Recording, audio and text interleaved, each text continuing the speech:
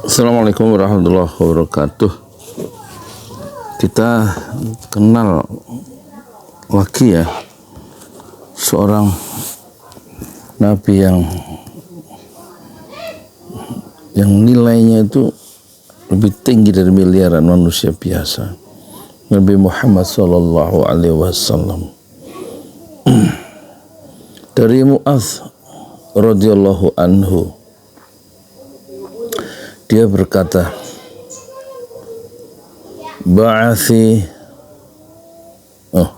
ba'athani Rasulullah sallallahu alaihi wasallam. Kalau orang tua itu tiba-tiba batuk yang nggak ada angin, nggak ada hujan, atau mungkin karena ini infeksi paru-paru saya kambuh ya, sudah 4 tahun berobat jalan. Ba'athani Rasulullah sallallahu alaihi wasallam faqal innaka ta'ti qauman min ahli kitabi fad'uhum ila syahadati an la ilaha illallah wa anni rasulullah fa inhum ata'u bidzalik fa'limhum anna allaha qad iftarada alaihim 5 salawatin fi kulli yawmin wa laylatin fa inhum ata'u lidzalika fa'limhum anna allaha qad iftarada alaihim sadaqatan tu'khadhu min aghniyaihim wa turaddu ala fuqaraihim fa inhum ata'u lidzalika fa iyyaka faqra'ima amwalihim wattaqi da'watal mazlumi fa innahu laisa bainana wa bainallahi hijabun. Muttafaqun alaih. Ucapan terkenal ya, yang terakhir ini rupanya di orang akhir dari hadis tentang Mu'adz ya.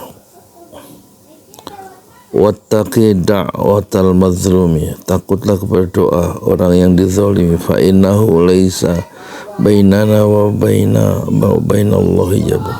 Sungguhnya doa orang yang dianiaya itu antara dia dan antara Allah itu enggak ada hijab, enggak ada perantara, langsung diijabah ya. Ba'atsani, aku diutus Rasulullah oleh Rasulullah sallallahu alaihi wasallam. Lalu beliau bersabda, apa sabdanya?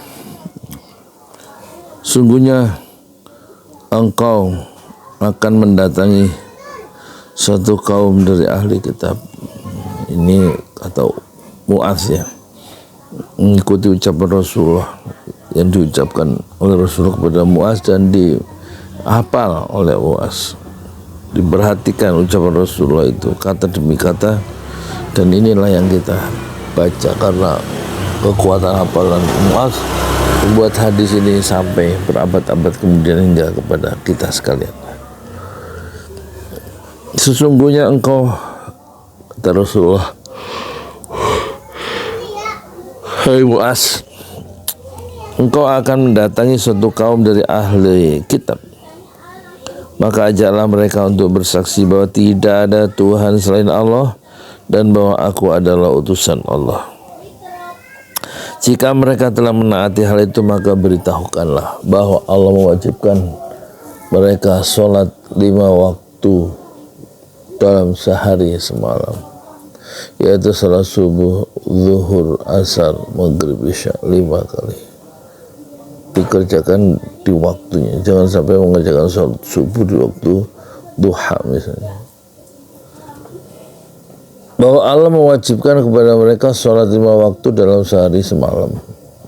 Jika mereka telah mentaati hal itu, maka beritahukanlah kepada mereka bahwa Allah mewajibkan mereka zakat yang diambil dari orang-orang kaya di antara mereka, lalu dikembalikan kepada orang-orang miskin di antara mereka. Jika mereka menanti hal itu, maka jagalah, jangan sekali-kali kau sentuh kehormatan harta mereka. Takutlah kepada doa orang yang dizalimi, karena tidak ada tabir antara antara doa mereka dengan Allah. Muttafaqun alaih. Hadis ini diriwayatkan oleh Imam Bukhari dalam kitab zakat bab kewajiban zakat, kitab perang bab diutusnya Abu Musa al-Asy'ari ke Yaman. Ya.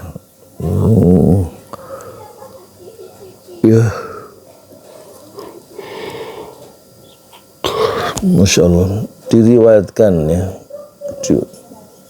Kitab Tauhid diriwayatkan dalam kitab Tauhid bab riwayat tentang ajakan Nabi Sallallahu Alaihi Wasallam terhadap umatnya kepada Tauhid, dan diriwayatkan oleh Imam Muslim hadis dalam kitab Iman bab perintah beriman kepada Allah, pada Rasulnya, kepada syariat-syariat agama serta ajakan terhadapnya.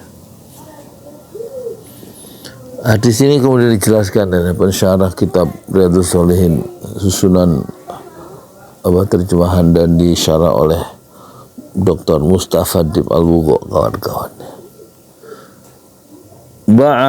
Ba'asani, apa artinya ba'asani dalam hadis tadi? Ba'asani Rasulullah SAW, beliau telah mengutuskan beliau itu Rasulullah, maksudnya sebagai gubernur di Yaman. Beliau telah mengutus Mu'az bin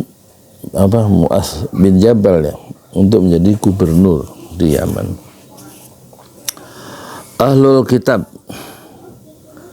maksudnya Ahlul Kitab itu apa? Yaitu orang-orang Yahudi dan Nasrani. Ghairil maghdubi alaihim waladdallin. Ghairil maghdub, orang yang dimurkai itu apa? Jahat. Dan maghdubi alaihim waladdallin, dan orang sesat adalah Nasrani. Yuk. Pada waktu itu keberadaan mereka paling banyak di antara penduduk Arab, yaitu kaum ahli kitab. Kemudian fad'uhum ila syahadah, ajalah mereka untuk bersyahadat. Maksudnya ajaklah mereka untuk masuk Islam dan beriman dengan mengucapkan dua kalimat syahadat. Sedekah maksudnya adalah zakat. Sedekah wajib itu namanya zakat. Karaimu, harta-harta yang berharga. Hijabun, penghalang, maksudnya penghalang yang menghalangi sampainya doa kepada Allah Subhanahu wa taala. Maksudnya adalah Allah menerima doanya dan tidak menolak doa dari siapa? Dari orang yang dizalimi. Itu hati-hatilah, wattaqi, apa nih?